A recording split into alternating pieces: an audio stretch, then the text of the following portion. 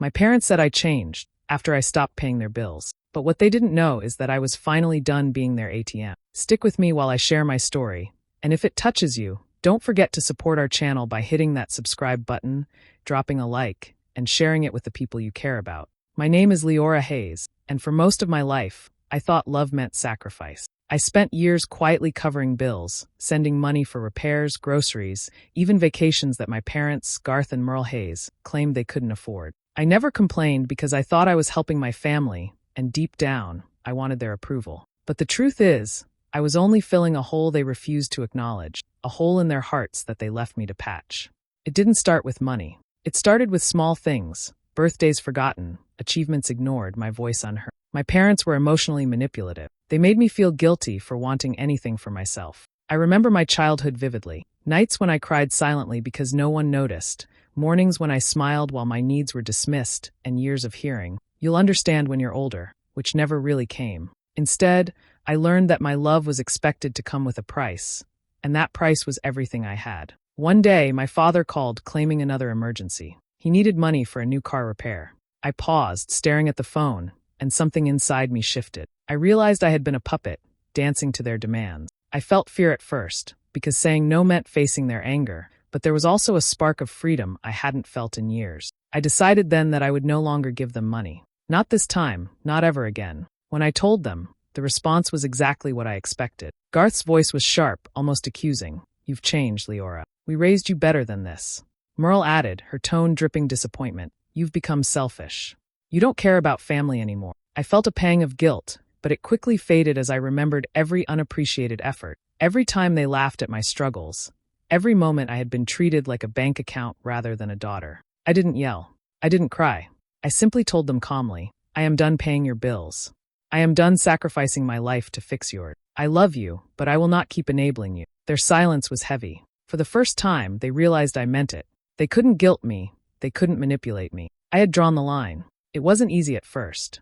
Watching them struggle without my money was hard in its own way. I heard about overdue notices, about Garth missing work to fix things himself, about Merle calling neighbors for help. Part of me wanted to soften, but I stayed firm. I had spent too long living their life. I had lost years trying to earn their love through my sacrifices. Now it was time to live mine. As weeks passed, I began to enjoy the independence I had denied myself. I rented a small apartment I loved, invested in my career, traveled for the first time without worrying about how my absence would hurt them financially. Every step forward felt like reclaiming a piece of my life that had been stolen. I felt stronger, happier, and finally free.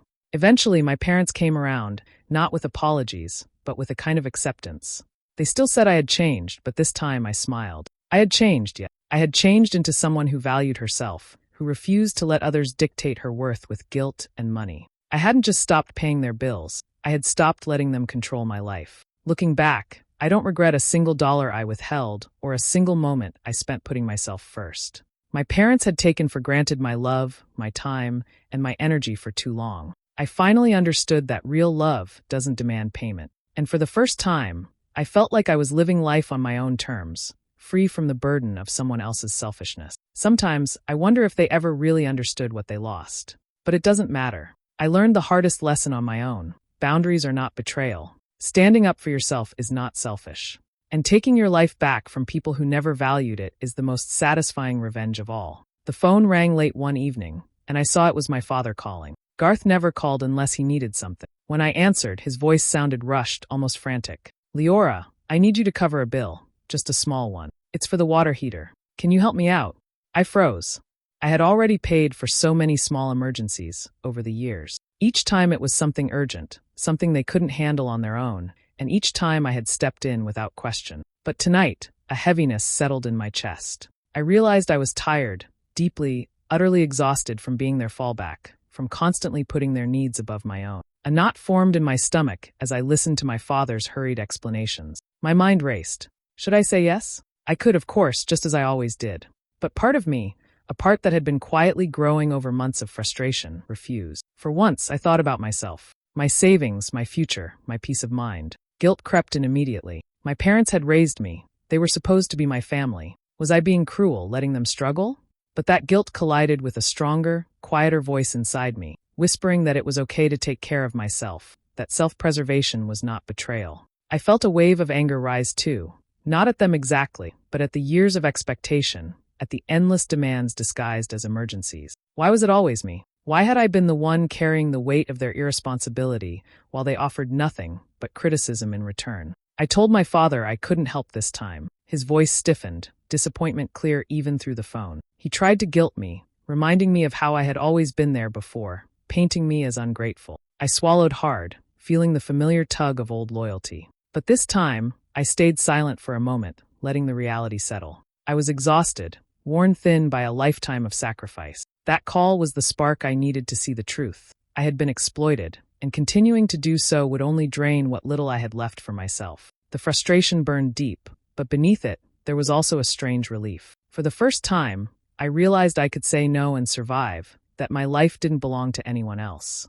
When I hung up, my hands were trembling, but it wasn't fear. It was a mix of liberation and heartbreak. I knew that this single decision would change the dynamic forever. I had taken a step toward protecting myself, and while it stung to disappoint them, it also marked the first time I had chosen my own well-being over their endless demand. That night, lying in bed, I thought about all the other times I had said yes, all the times I had ignored my own needs to patch their problem. The weight of it hit me fully, and I finally understood the depth of my own exhaustion. I realized that self-preservation wasn't selfish, it was necessary. And in that quiet moment, with guilt and frustration swirling together, I made a silent promise to myself. I would no longer be the safety net for people who saw me only as a resource.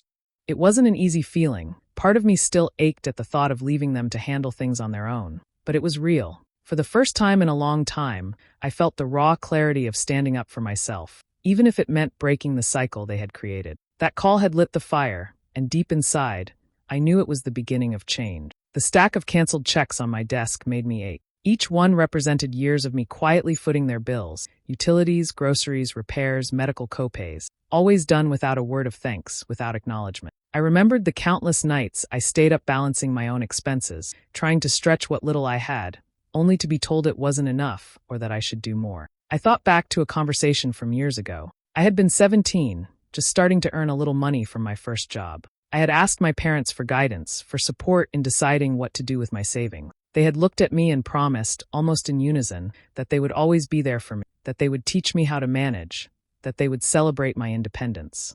At the time, I had believed them. I had poured my trust into their words, only to be met with silence, dismissal, and eventual manipulation. Every promise of care evaporated into obligation. They wanted me to serve their needs, not my own. That night, I finally understood something I had tried to ignore for too long. I realized that my efforts, my sacrifices, my loyalty had been taken for granted. My parents never asked what I wanted. They never considered my life outside of what I could provide for them. I was exhausted in a way that ran deeper than sleep could fix. For the first time, the truth hit me clearly. I had been funding a life that wasn't mine to maintain, and it had cost me more than money.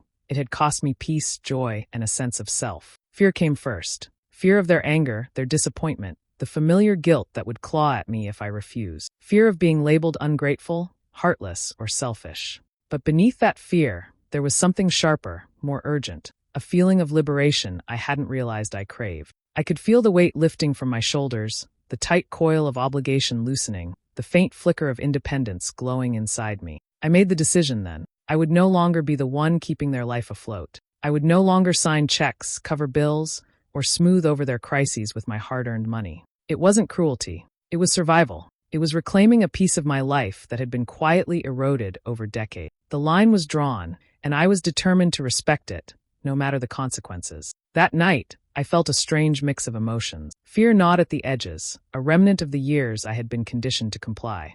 But stronger than that was a quiet thrill, a spark of empowerment. I imagined waking up without the constant dread of being called for some new emergency, without the invisible weight of debt and responsibility that had never been mine to bear. For the first time, I realized that refusing to feed their dependency didn't make me cruel. It made me human. By morning, the clarity had settled in. I could see the path ahead, not easy, not without tension, but mine to walk freely. I knew they would be angry. I knew they would accuse me of changing. But I also knew that nothing was more important than reclaiming control over my own life. I had reached my breaking point, and in that moment, the fear and liberation intertwined, marking the start of a new chapter, one where I would no longer live for their needs, but for my own. And as I filed the last check away, a calm determination settled over me. I had given enough for a lifetime. Now it was time to give to myself. When the next month rolled around and no check arrived, the reaction was immediate. Garth's voice was sharp and tight over the phone, his words cutting with accusation. Leora, what's going on? You've changed. We've always counted on you. Are you really going to be selfish now? Merle's tone followed quickly, dripping with disappointment, each sentence feeling heavier than the last. For a moment, I felt that familiar tug of guilt. I could almost see their disappointment, as if it were a shadow over my shoulders. Part of me wanted to apologize, to explain, to soothe their anger with promises I no longer intended to keep. I remembered every plea, every claim of emergency that had drained me before, and the old reflex to comply rose instinctively. But then a clear thought cut through the haze. This was manipulation. Their anger was a tool, crafted to make me feel obligated, to keep me under control. I recognized the pattern that had run through years of my life. Make the child feel guilty for asserting boundaries, then watch as she bends again out of love, fear, or habit. I refused to fall into it. I felt the tension coil inside me, a mixture of fear and determination. They were my parents, yes, and I still cared, but their care came with conditions and hidden demands. Their accusations stung, but beneath the sting was clarity. This time, the choice belonged to me, not. I could no longer live as a pawn in their game. As I listened to their voices, pleading and scolding in the same breath, I felt the first pangs of guilt. It was uncomfortable, raw, but it was also revealing.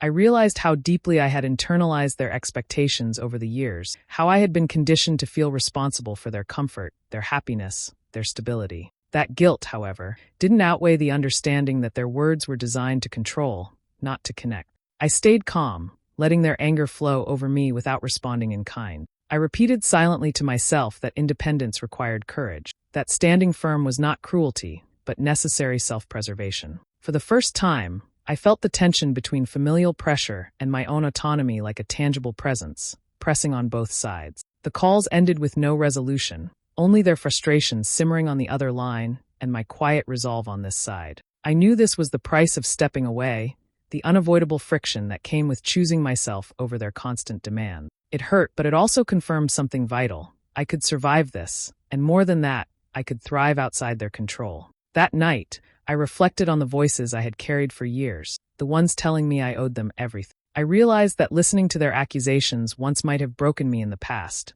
but now, the sting of guilt was tempered by understanding. I could feel my own strength forming, a steady pulse of determination beneath the fear. For the first time, I understood that tension and discomfort were not signs of failure, but signals of growth. By facing their anger without giving in, I was claiming a small victory over the patterns that had ruled my life for decades. Each pang of guilt became a marker, reminding me of how far I had come and how necessary it was to keep boundaries intact. In the quiet that followed, after the phone was put down, I felt a strange mix of relief and apprehension. I knew this was only the beginning, that more challenges lay ahead as I fully stepped away from the role I had been trapped in. But the moment was significant. I had stood firm, recognized manipulation for what it was, and chose myself first. For the first time, the weight of others' expectations didn't crush me, it sharpened my clarity.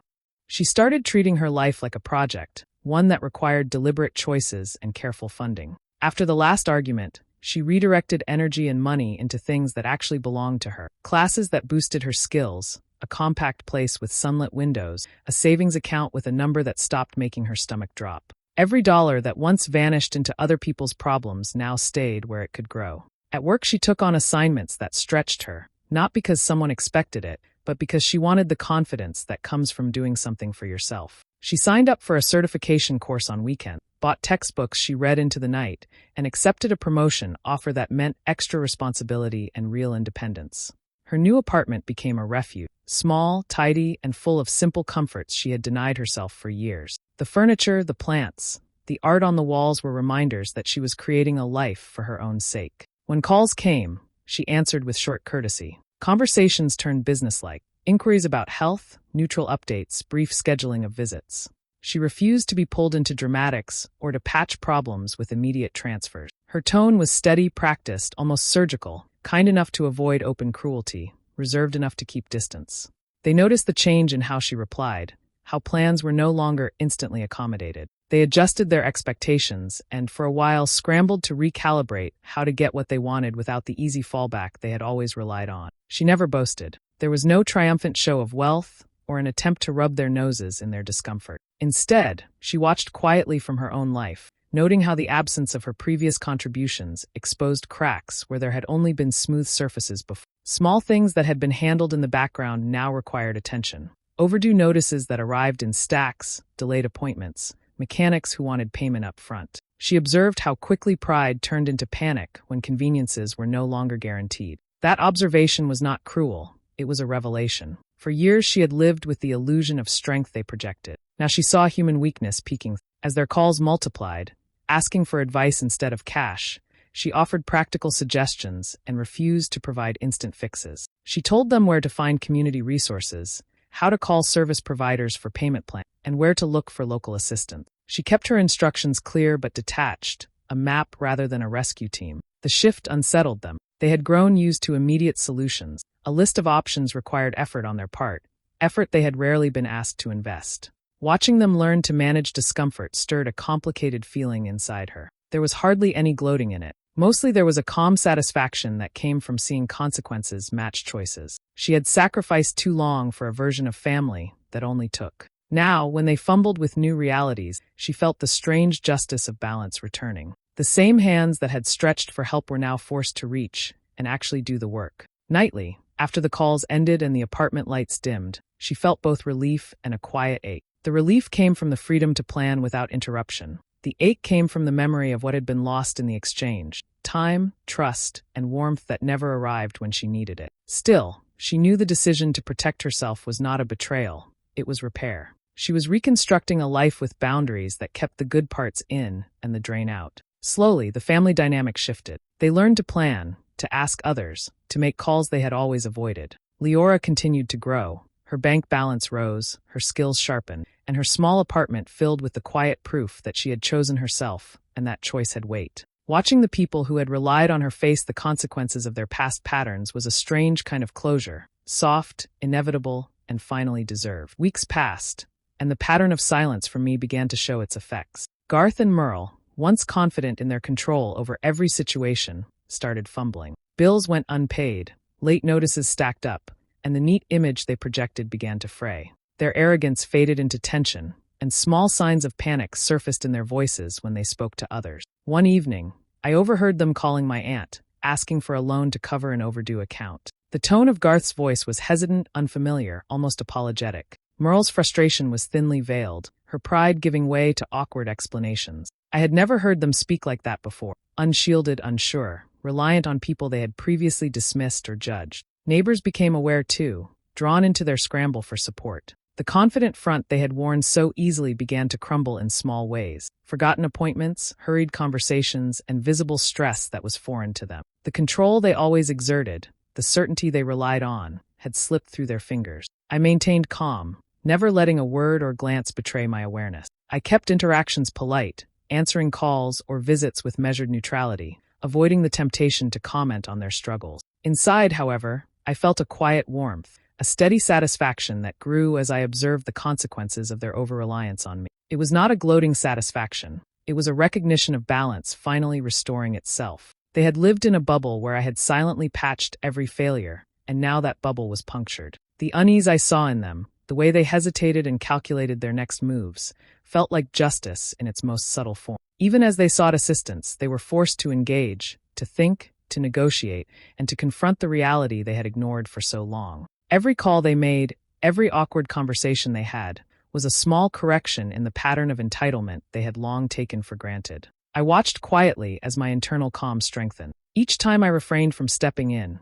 I felt a layer of self-assurance settle over me. The tension of years of obligation loosened with every misstep they endured. I realized that freedom wasn't just the absence of pressure. It was the presence of clarity, the ability to witness cause and effect without interference. One afternoon, Garth called me again, not with requests, but with hesitant questions about a payment plan he had been offered. Merle chimed in with uncertainty, seeking my opinion in a way that suggested they had no real solution on. I answered politely, giving concise guidance and nothing more. As the conversation ended, I felt a quiet sense of triumph, not loud, not vindictive, just steady and deeply earned. The cracks in their demeanor, once impossible to imagine, were now undeniable. Their reliance on others highlighted their vulnerability, a vulnerability they had never allowed themselves to acknowledge. And I realized that, in preserving my boundaries and resisting old patterns, I had witnessed a truth long denied. People only grow when they face the discomfort they once relied on others to fix. That evening, as I closed my apartment door and glanced at the soft light spilling across my floor,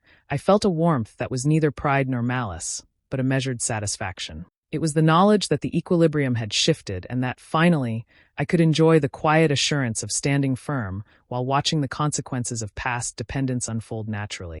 The knock on my door came on a rainy afternoon. I opened it to find Garth and Merle standing there, umbrellas dripping, expressions a mix of desperation and forced composure. They had driven across town, presumably to plead in person, and I could sense the tension radiating from them before a single word was spoken. Garth started immediately, his voice tight. "Leora, please, we really need your help. You know, we've always done so much for you as a child. Remember how we supported you, made sacrifices, everything for you? Can't you just this once?" Merle chimed in, her tone coaxing, almost tearful. "We never asked for much. We only want what's fair. We've always tried to provide, and now you turn away? We're family." I listened, letting the words wash over me, noting the careful way they framed my past as an obligation rather than a gift. Their pleading carried guilt like a weapon, and the memories they referenced were selective, edited versions of my childhood that painted me as indebted rather than neglected. It was manipulation, dressed up as sentimentality, and I recognized it instantly. I took a deep breath, keeping my voice calm but firm. "I remember the past differently," I said evenly. "I remember nights when my needs were ignored, moments when your promises vanished into nothing, and times when I gave my all without receiving guidance, support, or even appreciation. I have tried for years to cover for your choices, to make life easier but I will not continue doing so." Their faces faltered, and for a moment, the confident facade they had carried slipped. Garth's jaw tightened, Merle's hand trembled slightly, and neither had words ready to counter the truth I had spoken. I could see the shock, the sudden guilt, and the realization that the comfortable leverage they had always relied on no longer existed. "I am not refusing out of cruelty," I continued, keeping my tone steady, "but because I am finally putting myself first.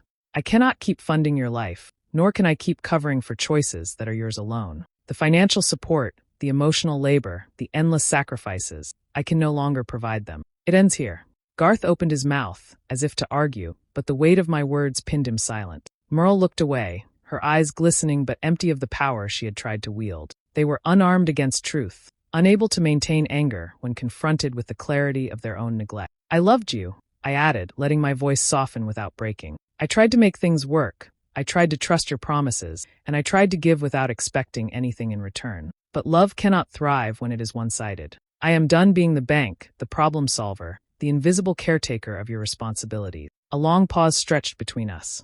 Rain tapped softly against the window, filling the silence with a rhythm that matched the quiet certainty building inside me. They searched my face, looking for hesitation, some crack in the resolve they had never truly understood, but found none. Finally, Garth muttered, almost incomprehensibly, I didn't realize," and trailed off. Merle simply nodded, the defeat unspoken but palpable. Neither could summon an argument, and I didn't need one. Their inability to respond validated what I had known all along. The dynamic had changed. The power they had relied on for years, the power to guilt, to control, to extract, was gone. I stepped aside, gesturing politely but firmly. "I hope you can respect this boundary. I still care for you, but I cannot sacrifice myself any longer." They left without another word, the door closing softly behind them, and I felt a surge of calm clarity. For the first time, the emotional weight I had carried for decades was lifted. Standing firm, speaking truth, and refusing to bend under their manipulation had shifted the balance entirely. I had faced them, confronted their failures, and emerged unbroken.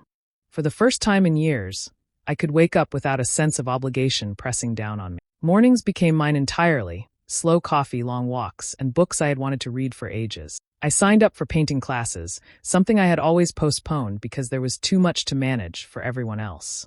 I met new people who didn't see me as a provider or a problem solver, but as a friend and an equal. Conversations were light, laughter flowed easily, and I finally understood what it felt like to enjoy life purely for myself. I started traveling, first small weekend trips, then longer journeys that had once felt impossible with the constant financial demands weighing on me. The freedom to plan without calculating what I owed, without wondering who would call next for help, was intoxicating. I explored places I had dreamed of, savored meals without guilt, and documented my experiences quietly, storing the memories for myself alone. Each trip reinforced the sense of self I had been rebuilding, a life shaped by my own choices. Meanwhile, news of my parents' struggles reached me in small ways. Late bills, unpaid utilities, and calls from distant relatives who had grown wary of lending repeatedly painted a picture of their new reality. Garth and Merle had to adjust their habits, negotiate payments, and face discomfort they had never had to confront when I had been stepping in. There were hints of embarrassment in their voices when they mentioned missed deadlines or awkward explanations.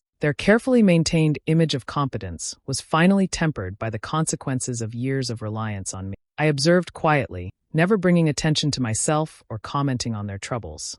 There was no gloating, no celebration in their misfortune, just a steady, reassuring sense that the balance had shifted. The invisible chains of obligation that had bound me for so long were gone, replaced with something far stronger: self-respect. Every step I took in my own life, every decision made without external pressure, felt like a declaration of independence. I noticed subtle changes in myself. I laughed more easily, felt lighter, and slept without the nagging worry of someone else's problems filling my mind. I could invest in my apartment, add little comforts, pursue hobbies, and make social plans without hesitation. Even mundane choices, like picking the paint color for a room or deciding which course to take next, became empowering exercises in reclaiming control. The closure came quietly. I wasn't seeking revenge, and yet I could feel a sense of satisfaction in knowing that their lifestyle adjustments were entirely of their own making. They were learning lessons I had once carried for them, and watching them adapt without my intervention reinforced my own growth. I no longer felt burdened by guilt, because every consequence unfolding was a natural response to choices they had made repeatedly in the past. For the first time, I realized that freedom wasn't just the absence of demands,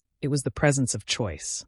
I could spend, plan, laugh, and travel entirely for myself, without the weight of expectations. Even the simplest moments, sitting in my sunlit kitchen with a cup of tea, chatting with a friend about a new hobby, exploring a new city, felt like victory. Every decision was mine to make, every outcome mine to own, and the relief was profound. I had reconstructed my life around independence, and the clarity that came with it was unmatched. There were no apologies from them, no acknowledgement of past wrongs, but none were needed. The empowerment I felt, the quiet closure, the ability to live fully without compromise, was far more than I had imagined possible. My parents' struggles existed, but they no longer touched me, and that was the truest reward: a life reclaimed, a self preserved, and a future finally my own. Some nights, I found myself sitting quietly in my apartment, thinking about all the years I had given away, convinced it was love. I remembered the endless demands disguised as concern, the subtle criticisms hidden behind advice, and the way my worth had been measured by how much I could provide. What I had once called devotion now revealed itself as a pattern of control, cleverly masked as care. The realization was bitter, a slow ache that came from seeing my own life spent patching holes that never belonged to me. At first, thinking about it brought waves of regret. I wished I had recognized the truth sooner, that I had understood earlier that the sacrifices I made were never truly appreciated, that the affection I sought came with strings attached. Yet, alongside the sting of memory, I felt something else: clarity. The hardships I endured, the manipulation I endured, had taught me the value of boundaries, the strength in saying no, and the courage required to put myself first. I thought about the decisions I had made: cutting financial ties, standing firm during confrontations, letting them face challenges on their own. Each choice had been terrifying in the moment, filled with fear and doubt, but every step had reinforced my independence. I realized that protecting myself wasn't betrayal, it was survival. It was self-respect. In fact, I saw that if I hadn't been brave enough to act, I might still be trapped in their demands, exhausted and resentful, sacrificing pieces of myself for their comfort. The reflection made me aware of how much I had grown. Mentally, I was sharper, less swayed by guilt, and no longer craving approval from the people who had conditioned me to doubt myself. I could recognize manipulation immediately, respond calmly, and maintain distance without anxiety. I understood the importance of discerning between genuine care and obligations disguised as love. The lessons had been harsh, but they had shaped me into someone stronger, wiser, and more grounded. I felt a quiet hope as I pictured the future. I could plan my life without second-guessing the weight of someone else's expectations. I could pursue passions, nurture friendships, and make choices purely for my own fulfillment. The empowerment that came from self-reliance was subtle but deep, a comforting presence that reminded me I could thrive without needing validation from the toxic relationships of the past. There was still a bittersweet edge. I mourned the time lost, the moments when I might have embraced opportunities or joys if I had not been entangled in their control. Yet that sadness was tempered by a growing sense of peace. I had learned the necessity of tough decisions, the importance of protecting my own heart, and the resilience that comes from confronting uncomfortable truths. I understood finally that growth often requires pain, and freedom requires courage. The person I had been, weighed down by duty and expectation, was no longer the person I needed to be. I had stepped into a version of myself that valued life on my own terms, that held firm in the face of manipulation, and that could nurture hope even after years of disappointment. Sitting back in my chair, I closed my eyes and breathed deeply. The past would always be part of me, but it no longer dictated my actions or my work. The clarity I had gained allowed me to move forward with quiet confidence, carrying the lessons of hardship as tools rather than chains. I had grown, I had survived, and I was finally free to build a life defined not by the expectations of others, but by my own choices, my own hopes, and my own heart. One afternoon, a neighbor knocked on my door, holding an envelope and looking nervous. Their car had broken down unexpectedly, and they didn't have enough to cover the repair. I listened to the story, and after a moment, I offered to help. Not because I was obligated, not because anyone demanded it, but because I chose to. I wrote the check, handed it over with a smile, and watched relief flood their face. It was a small gesture, but it felt entirely different from the years I had given my parent. This time, giving came from intention, not pressure, and it felt empowering. A week later, my phone rang, and it was Garth. His voice was softer now, uncertain, tinged with a familiarity I hadn't heard in years. "Leora, I guess we were right. You really have changed," he said. There was no anger this time, no accusation, just acknowledgement. Merle's voice joined in, hesitant but sincere. "We can see now that you're not the same person we depended on, and maybe that's good for you." I smiled, a knowing curve of my lips, not proud in the way of gloating, but satisfied in the quiet, deep way that comes from understanding your own strength. They could call me changed all they wanted, but this time it wasn't meant as an insult. It was the recognition that the old dynamic had been broken, that the person they once controlled had grown beyond their reach, and that life had shifted irrevocably. It struck me how differently the word felt now. Before, changed had been a weapon, a way to make me feel guilty for setting boundaries. Now it was a statement of fact, a mirror reflecting my growth, resilience, and independence. I allowed myself a private laugh at the irony, thinking of all the times they had wielded their authority, only to see it dissolve quietly in the face of consistency and self-respect. I spent the evening in my apartment, quiet and content. The air felt lighter, as if space itself had acknowledged the boundaries I had established. I reflected on how far I had come, from the daughter constantly drained by expectation to the woman capable of choosing when and how to give, without compromise. Every decision, every refusal, and every act of self-preservation had led me here. Reclaiming my life didn't come from confrontation alone. It came from deliberate choices, from quietly standing firm while others struggled with the consequences of their reliance, from building a world where my resources, my energy, and my heart belonged only to myself or to those deserving of them. Even helping my neighbor felt like a triumph now because it was an action rooted in morality, not manipulation. The finality of it settled in slowly, a warmth that wrapped around me. I was no longer bound by guilt, no longer required to measure my worth by how much I could rescue someone else. Freedom was no longer theoretical. It was lived, tangible, and wholly my own. Every smile, every hobby, every trip, every quiet moment of peace was a testament to the life I had fought to reclaim. As I turned off the lights that night, I realized the truth I had uncovered over months of struggle. Stepping away from toxic expectations was not betrayal. It was not cruelty. It was an act of self-respect, a quiet revenge on the patterns that had drained me for years. I had taken control of my life, rebuilt my dignity, and defined my value on my own terms. For the first time in decades, I slept knowing that I was free. I had faced the people who had taken for granted my generosity, endured the tension, stood firm against guilt and manipulation, and emerged victorious. And in that victory, I understood the ultimate lesson. Protecting yourself, even from those you love, can be the most profound act of courage and the most satisfying form of justice. Hey besties, thanks for staying with me through this journey. Imagine supporting your parents for years, giving everything you have, only to be guilt when you finally stop. The frustration, the quiet pain, and the courage it takes to set boundaries, it's all real. Sometimes standing up for yourself feels like betrayal, but it's actually strength. If this story moved you, don't forget to like, share, comment, and subscribe for more.